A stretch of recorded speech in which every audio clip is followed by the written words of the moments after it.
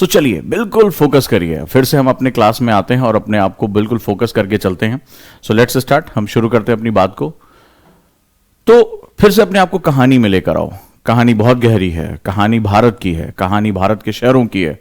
अभी उसी दिन हमने पहली क्लास में डिस्कस किया और देखिए कई बच्चों ने कहा कि एडिटोरियल सीधे सीधे आया। अभी हमने अर्बनाइजेशन पे बात किया कि भारत को दो नजरिए समझो, एक अर्बन इंडिया और एक रूरल इंडिया। वो इसलिए मैं कह रहा हूं क्योंकि इसमें मैंने नीति आयोग के डॉक्यूमेंट्स को भी शामिल किया है, ये मैंने ऐड ऑन किया है नया। और वहां पर जो उनकी रिपोर्ट आई है 2018 में, उसको मैंने जो है वो बेस किया है ताकि बहुत सी चीजें समझने में हमें मदद मिले। उन्होंने क्लाइमेटिक चेंज और अर्बनाइजेशन पर अपना एक बहुत ही बड़ा एक जो है वो डील किया, रिपोर्ट किया, उसको बेस बनाया है। क्योंकि नीति आयोग भारत का थिंक टैंक है, नीति आयोग भारत का वो हिस्सा है जो भारत को कैसा होना चाहिए, आने वाले टाइम में भारत कहां जाएगा, इसके बारे में हम लोग बात कर रहे हैं। तो अब हम लोग समझ में आ रहा है, तो अब हम लोग आगे बढ़ते हैं और इसके आगे चलते हैं।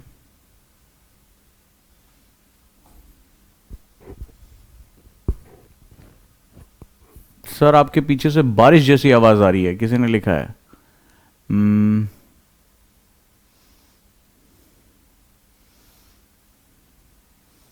क्या कोई दिक्कत है? प्लीज मुझे बताएं। कुछ लोग अजीबोगरीब सा मैसेज कर रहे हैं। सो फ्रीक्वेंसीज जो है हम चेक कर लेंगे, बट इस क्लास के बाद ही हो पाएगी, अदरवाइज मुझे क्लास रोकनी पड़ेगी। Is it? You are not audible, how it is possible? कई लोग कह रहे हैं क्लियर है। अगर क्लियर है तो सबके लिए क्लियर होगी, नहीं आ रही तो कोई बात नहीं होगी।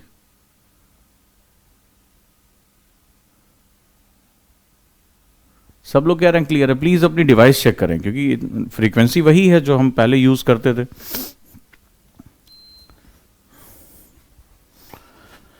सो चले, आज मेरी कहानी में बहुत से कैरेक्टर्स हैं। चलो, तो सबसे पहले हम लोगों ने भारत के नीति आयोग के बारे में बात किया और यहां पर अब हम लोग उसको रूरल इंडिया और अर्बन इंडिया में जा रहे हैं। हम भारत के सबसे डिफिकल्ट डॉक्यूमेंट्स में हम एक जो है हिस्सा हम लेने जा रहे हैं। डिफिकल्ट डॉक्यूमेंट्स की बात करें तो ऐसा डॉक्यूमेंट्स जो बहुत ही ब्रॉडर बेस कवर करता है, खासतौर पे जो हमारे बच्चे इस बार एग्जाम लिखने जा रहे हैं उनके लिए तो मस्ट है, मोस्ट इंपॉर्टेंट है। और मैं जो मेंस के हमारे बच्चे जो कॉन्सेप्टर से मेंस में आए उनसे तो मैं खास रिक्वेस्ट करूंगा कि इसको जुड़ें, इसके साथ जाएं और भी आपके जो दोस्त हैं उनको बोलिए कि हमने इस पर भी अभी एक ऑफर निकाल दिया था, उसके साथ भी वो जुड़ सकते हैं। बस मैं इतना चाहता हूं कि ये 1700-1800 रुपए आप देख रहे हो, आप ये डेप्थ नहीं देख रहे हो कि मतलब बच्चे कह रहे हैं कि 15,000 का भी ये कोर्स होता तो ये वर्थ है, इतना डेप्थ में ये डॉक्यूमेंट है। और सबसे बड़ी बात है कि ये पढ़ना कोई नहीं चाहता और आपको सीधे सीधे पता है कि एग्जाम के लिए सीधे हिट करेगा।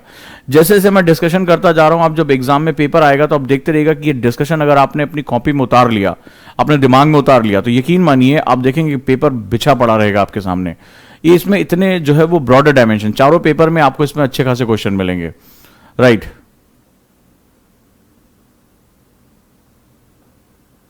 तो यहां पर इसकी इंपॉर्टेंस को समझिए। मैंने कोशिश की है कि इसमें नई नई चीजें, हम भी नई नई चीजें सीखते हैं, हम भी नए नए एक्सपेरिमेंट्स करते हैं, जानते हैं।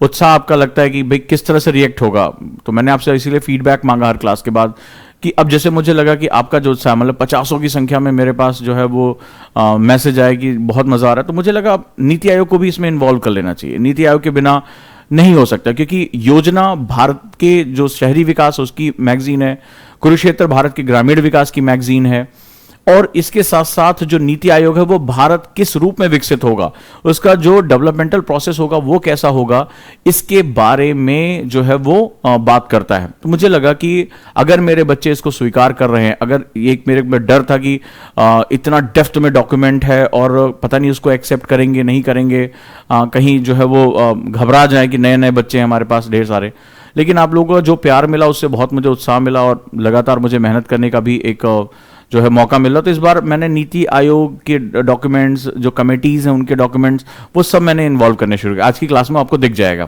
तो चलो अब हम थोड़ा सा डेप्थ को आगे बढ़ाते हैं। तो जैसे कि थोड़ा चिल मारो, थोड़ा रिलैक्स रहो और कहानी के साथ बहना शुरू करो। तो जैसा कि हमारी बात हुई कि लास्ट टाइम की वाटर स्ट्रेस के बारे में एक बात आई, वाटर स्ट्रेस कि पानी को भी तनाव होता है। तो हमारा जो बेसिकली गजोधर था वो परेशान हो गया, बोला पानी को भी स्ट्रेस होता, पानी को तो हमने बड़े मजे मजे में लिया था। तो हमारी बात हुई और हमने लास्ट एपिसोड में देखा कि मैंने एक नया अवतार धारण किया है और कूल ड्यूड के रूप में अब मैं सामने आ गया, तो आज मैंने स्पेक्स भी अपने चेंज कर लिए, ठीक है, कि थोड़ा सा माहौल बनता रहे। खैर, हम आगे चलते हैं और नेक्स्ट हमारी एक आदत है कि हम जब नए एपिसोड में जाएंगे तो सबसे पहले हम थोड़ा सा अपनी याददाश्त पे जोर डालते हैं कि पिछला एपिसोड क्या था। जैसे कोई नया एपिसोड आता है ना, तो पिछले एपिसोड के कुछ पार्ट्स दिखाता है। तो चलिए, अब आपके लिए एक छोटा सा काम है और पहले शुरू करते हैं हम। तो आगे बढ़ने से पहले हम पहले बात करते हैं पीछे क्या था। तो चलिए, पहला क्वेश्चन लिखिए, जल्दी से मुझे इसका जवाब दीजिए, ठीक है, पहले क्वेश्चन में, और वो है total fresh water available in India. चलिए बताइए मुझे, शुरू करिए सब लोग। पहला क्वेश्चन है total fresh water available in India, Bharat में उपलब्ध कुल ताजा जल कितना है? भारत में उपलब्ध कुल ताजा जल कितना है? नंबर 1। थोड़ा सा देखें ना कि आप लोगों ने 3 दिन क्या किया। तेरा नाम लिया, तुझे याद किया। चलिए, तो किस रूप में याद किया यह भी जानना जरूरी है ना।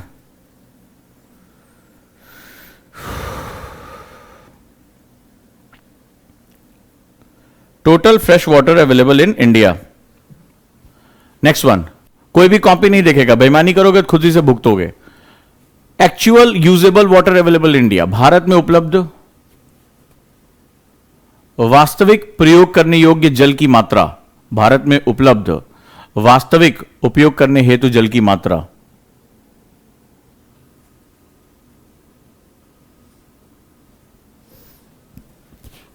की मात्रा बताते जाइए। थर्ड वन है हाउ वी यूज वाटर, हम पानी को कितने कितने % कहां यूज करते हैं। 3 पॉइंट्स मैंने लिखाए थे, एग्रीकल्चर में, इंडस्ट्री में और डोमेस्टिक में। चलिए परसेंटेज बताइए मुझे, क्योंकि इनको हम आगे आंसर राइटिंग में इस्तेमाल करेंगे। बहुत से बच्चे हमारे आंसर राइटिंग के भी कैरी कर रहे हैं यहां पे। तो आंसर है, आपको पता है कि इसके बाद जो है वो आंसर राइटिंग का हमारा जो 20 मैजिक प्रिंसिपल है वो शुरू हो जाएगा। तो इस बार मैं उस पर योजना कृषि पे आधारित ढेर सारे क्वेश्चन भी प्रैक्टिस कराऊंगा एक्चुअल फॉर्म में। तो मुझे सबसे पहले क्या चाहिए? मुझे सबसे पहले चाहिए आपसे ये चीज, हाउ वी यूज वाटर, हम जल को कैसे इस्तेमाल करते हैं। चौथा, in 2021 how much water available per person per year in India. सन 2021 में प्रति व्यक्ति प्रति वर्ष, सन 2021 में प्रति व्यक्ति प्रति वर्ष कितना जल उपलब्ध है? कितना जल उपलब्ध है? पहला, भारत में कुल कितना ताजा जल उपलब्ध है। दूसरा, भारत में कुल कितना वास्तविक प्रयोग हेतु जल उपलब्ध है। तीसरा, हम जल को किस तरह प्रयोग करते हैं, परसेंटेज। चौथा, 2021 में प्रति व्यक्ति कितना जल, प्रति वर्ष कितना जल उपलब्ध था। क्लियर है? चलिए देख लेते हैं, इससे हमें पिछली क्लास को लिंक करने में आसानी रहेगी और अगली बार फिर कल मैं आऊंगा तो फिर कुछ क्वेश्चन लेकर आऊंगा, तो आपको और भी मदद मिलेगी, आप अब ध्यान से पढ़ेंगे। क्लियर है? तो चलिए, पहले का आंसर है 3880। 3880 किसका जवाब सही है? बीसीएम। चलिए, billion cubic metre, 3880 BCM. Done. Actual 1122 BCM. Done. Check करते जाइए जिसका जो सही है। 70% हम फार्मिंग में यूज करते हैं, फार्मिंग, और इसके बाद हम यूज करते हैं 22% इंडस्ट्री, 22% इंडस्ट्री में, और इसके बाद 8% हम यूज करते हैं डोमेस्टिक, घरेलू। राइट। 2021 में 1486 1486 cubic metre per person per year उपलब्ध था। Cubic metre, CM, CM important है, सीएम उपलब्ध था। चलिए, किसका किसका सही है? 4 सही है, पीठ थपथपाओ।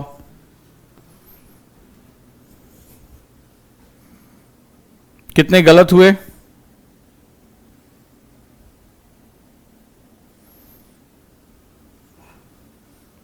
कितने गलत हो गए?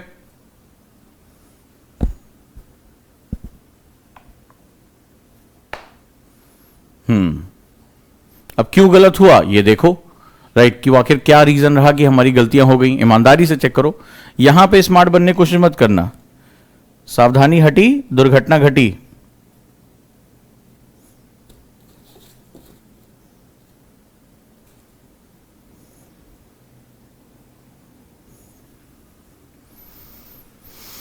चलिए यहां तक हो गया, आगे बढ़ते हैं। तो जैसे आप अभी घुर्रा रहे होंगे, अरे यार बिना बताए टेस्ट ले लिया, इसे हमारा गजोधर भी आज सुबह सुबह गुस्सा आ रहा था, राइट। तो बोला यार बात बात पे टेस्ट लेते हैं, ठीक है। तो जैसे आप बचने की कोशिश करते हो वैसे हमारा गजोधर भी बचने की कोशिश कर रहा है। बोला सर वाटर स्ट्रेस पूछे थे अभी, मतलब हमें बता रहे थे वाटर स्ट्रेस बताने जा रहे हो, धड़ाक से टेस्ट ले लेते हैं आप बात बात पे। तो पहले वाटर स्ट्रेस तो बताओ सर जो आप अभी कहने जा रहे थे। तो हमने कहा ठीक है गजोधर, चलो बताते हैं। तो कहानी शुरू होती है हमारी वाटर स्ट्रेस की।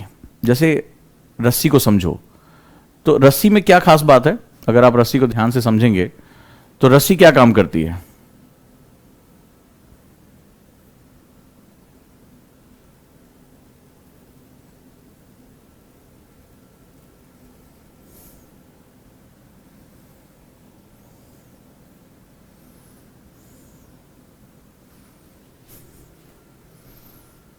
तो रस्सी कहती है, जैसे फॉर एग्जाम्पल अगर आप ध्यान से देखेंगे, राइट, तो जैसे आप एक्सेसिव खिंचाव डालेंगे और वो उसको होल्ड करने की क्षमता में नहीं है तो वो टूट जाती है। सिंपल। तो लेट्स स्टार्ट। तो वाटर स्ट्रेस का पहला जो डिफिनेशन निकल कर आएगा वो ये होगा, ड्यूरिंग ए सर्टेन पीरियड, वर्ष में किसी खास समय के लिए, लिखते जाओ। मैंने कहा गजोधर, वर्ष में किसी खास समय के लिए डिमांड ऑफ वाटर, जब supply of air, availability of water से अगर ज्यादा हो जाती है, राइट, ज्यादा हो जाती है तो वाटर स्ट्रेस होता है। लिखो जल तनाव कैसे होता है। तो वाटर स्ट्रेस होता है जब, जैसे कि रस्सी में क्या है, रस्सी मान लो 4 किलो की बाल्टी वो होल्ड कर सकती है, लेकिन आपने ज्यादा जो है वो क्या हुआ, ज्यादा जो है वो आपने देर तक टांग दिया उसमें, या ज्यादा वजन का 10 किलो की बाल्टी टांग दी तो रस्सी क्या होगी, टूट जाएगी। सेम यहां पर लिखो, किसी विशेष अवधि के दौरान, किसी विशेष अवधि के दौरान, ये महीना हो सकता है, साल हो सकता है, किसी विशेष अवधि के दौरान जब जल की मांग, जब जल की मांग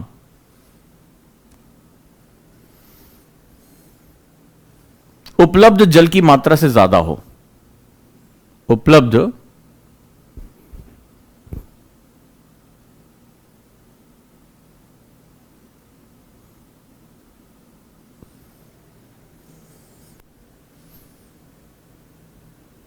उपलब्ध जल की मात्रा से ज्यादा हो।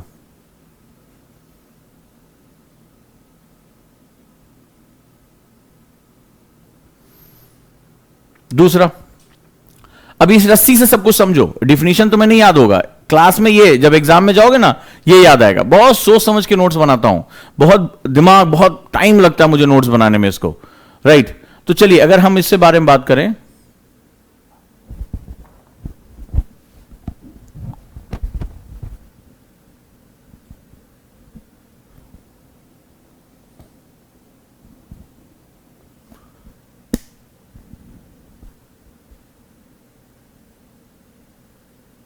वॉइस क्लियर है। ये पता नहीं क्या एक दो बच्चे मैसेज करते रहते हैं बीच में, बता देना यार। ये क्या आप लोग अपना डिवाइस वाइस और इंटरनेट चेक करो, अगर प्रॉब्लम होगी तो सबको होगी, मेरी साइड से अगर प्रॉब्लम होगी।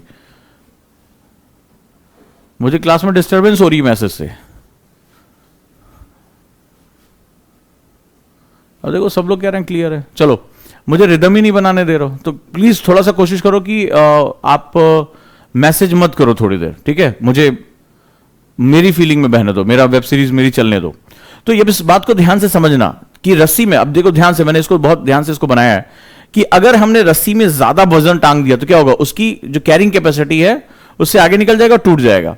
तो पहला है कि वर्ष के विशेष अवधि में जब डिमांड ऑफ वाटर यानी कि पानी की मांग, उसमें जो पहले उपलब्ध पानी है उससे ज्यादा हो जाएगा तो वाटर स्ट्रेस आएगा। दूसरा क्या होगा, कई बार आपने देखा होगा कि बाल्टी 4 ही किलो की है लेकिन रस्सी की क्वालिटी खराब है, पुरानी नहीं हो जाती रस्सी, बहुत दिन से यूज कर रहे हैं, घिस जाती है या वो सड़ जाती है पानी में रखे रखे, और जैसे ही आप उसको डालते हो वह थोड़ा सा वो क्या होता है, टूट जाता है, ठीक है। तो अब इसके लिए यहां पर हमारे लिए जो सेकेंड स्टेप है वो ये है। तो हम लोग क्या करते हैं, हम इसको ये भी देखते हैं कि पुअर क्वालिटी ऑफ वाटर। दूसरा क्या होगा, जब रस्सी कई बार क्या हो जाता है, रस्सी पुरानी हो जाती है, आपने कई बार घरों में देखा होगा, अपने कुओं में कभी गांव में गए होगे, तो रस्सी जब पुरानी हो जाती है, सड़ जाती है तो टूट जाती है, वजन उतना ही होता है। तो क्या होता है, कई बार पानी का ज्यादा डिमांड तो नहीं बढ़ी लेकिन पानी की क्वालिटी खराब हो गई, poor quality of water. Second reason क्या होगा, जब पानी की गुणवत्ता खराब हो, जब पानी की गुणवत्ता खराब हो। तो ये हमें क्या कर देता है, ये हमें पानी के उपयोग को सीमित कर देता है। लिखो, इट रिस्ट्रिक्ट यूज, यह पानी के उपयोग को सीमित कर देता है। तो जब पानी की गुणवत्ता ही खराब हो गई तो फिर क्या होगा, हमारा इसका यूजेस सीमित हो जाएगा। फॉर एग्जांपल, जैसे ड्रिंकिंग के लिए, पीने के पानी के लिए, कपड़े धोने के लिए या सिंचाई के लिए। मान लो अगर जल लवणीय हो गया, या आपने क्या किया, आपके आसपास तालाब थे, उसमें आपने सीवर का पानी सारा डाल दिया। मैंने शुरुआती पहली क्लास में चर्चा की थी कि गांव से जो होता है वो नापदान निकलकर वहां बोलते हैं नाली का पानी आ रहा है। अभी आपने देखा कि हम प्रधानमंत्री ने भारत ने एक नया प्रोग्राम शुरू किया है, और उस दिन जो बात भी हमारी हुई थी और मैंने उसको उजांग टाइम्स चैनल पर डाला भी था, तो उसका यही था कि सीधे गांव में जो गांव से जो गंदा पानी निकल रहा है हमारे वाटर बॉडीज को खराब कर, उसको रोकना है। क्योंकि डिमांड उतनी बनी हुई है, लेकिन पानी ही तुम्हारा स्रोत ही खत्म होता चला जा रहा है। तो ये भी क्या करेगा, ये वाटर स्ट्रेस क्रिएट करेगा। तो रस्सी को याद रखना, एक कि जितना वजन वो बर्दाश्त कर सकती है, अगर हम उससे ज्यादा वेट डाल देंगे तो टूट जाएगी। दूसरा, अगर रस्सी की क्वालिटी खराब हो गई है, रस्सी की स्ट्रेंथ अच्छी नहीं है, तो वो जो है खराब हो जाएगा। तो हमें दोनों फ्रंट पे हमें काम करना होता है। तो ये क्या होगा, ये हमें अवरोध उत्पन्न करता है पीने के पानी से, वॉशिंग धोने के लिए, और जो हमारे कपड़े धोने के लिए इरिगेशन यानी सिंचाई के लिए। तो पानी की गुणवत्ता अच्छी नहीं होगी तो थोड़े ना उससे आप सिंचाई कर पाओगे। इरिगेशन के लिए जैसा मैंने आपको बताया था सुजलाम योजना, सुजलाम योजना ये कि गांव में जो हमारी वाटर बॉडीज हैं, जो हमारी जलराशियां, उनको गंदा होने से बचाया जा सके, सुजलाम 2। ठीक है, तो जैसे ही मैंने ये इसके सामने रखा, गजोधर का तो मुंह हमेशा खुला ही रहता है। बोला, आए, अरे भाई कहना क्या चाहते हो कि पानी का डिमांड ज्यादा हो जाए, पानी गंदा हो गया, बस इतना ही कारण है सर। मैंने कहा नहीं गजोधर, अब ध्यान से सुन, ठीक है। तो कई बार गुस्सा भी बहुत आ जाती है इसके ऊपर। रीजन ये होता है कि ये पूरी बात होने से पहले चक्कर चक्कर जैसे बीच में तुम लोग टाइप करते रहते हो ना, वैसे ये भी बोलता रहता है हर समय। तो मैंने कहा भाई बता तो रहा हूं, सुन तो ले। राइट, लिखो अब कारण क्या क्या हो सकते हैं, रीजंस क्या क्या हैं वाटर स्ट्रेस के। बड़े ध्यान से इसकी गहराई समझो कि एक वाटर बॉडी है, उसको कितने तरह की प्रॉब्लम फेस करनी पड़ती है। पहला, ओवर यूज। सबसे बड़ा जो वाटर स्ट्रेस यानी जल तनाव का कारण है वो है वाटर यूज, ओवर यूज यानी अति प्रयोग। लिखो, अति उपभोग, अति उपभोग। अच्छा, अति उपभोग भी पूरी दुनिया में एक बराबर नहीं है। दुनिया के अलग अलग देशों में इसका जो पर्पस है वो बिल्कुल अलग है। अगर ध्यान से देखेंगे तो दुनिया के अलग अलग हिस्सों में दुनिया 2 से 3 भागों में बटी हुई है। एक विकसित देश है, जो जैसे मान लो वेस्टर्न ब्लॉक्स हो गया हमारा, अमेरिका, ब्रिटेन, ये सब जो देश हैं। वहीं दूसरी तरफ विकासशील देश हैं, भारत जैसे देश। और एक जो है अल्प विकसित, जो अफ्रीका के तमाम देश या जो है वो पूर्वी एशिया के तमाम देश जो अल्प विकसित हैं, अंडर डेवलप हैं। तो एक डेवलप कंट्री हो गया, दूसरा डेवलपिंग कंट्री, और तीसरा अंडर डेवलप कंट्रीज हो गई। तो जो यूजेस है वाटर का, जो रिसोर्सेज है, जो नेचुरल रिसोर्स है पानी, उसमें भी हमारी यूजेस का एक बहुत बड़ा प्रभाव दिखाई पड़ता है। स्पेशली जो वेस्टर्न से एक मॉडल आया, अक्सर मैंने अपनी क्लास में डिस्कस किया है। राइट,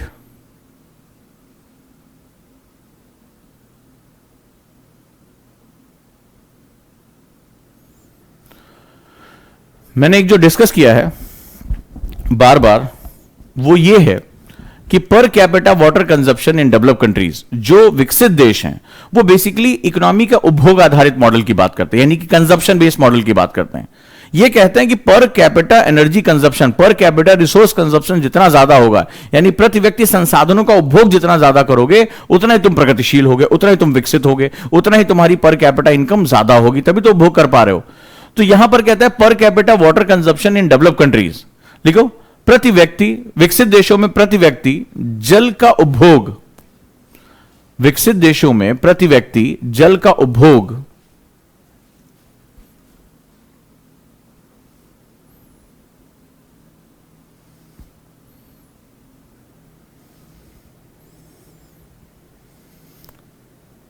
विकासशील और गरीब देशों की तुलना में ज्यादा है। यह ज्यादा का साइन होता है, जिधर यह मुंह खुला होता है वो बड़ा होता है।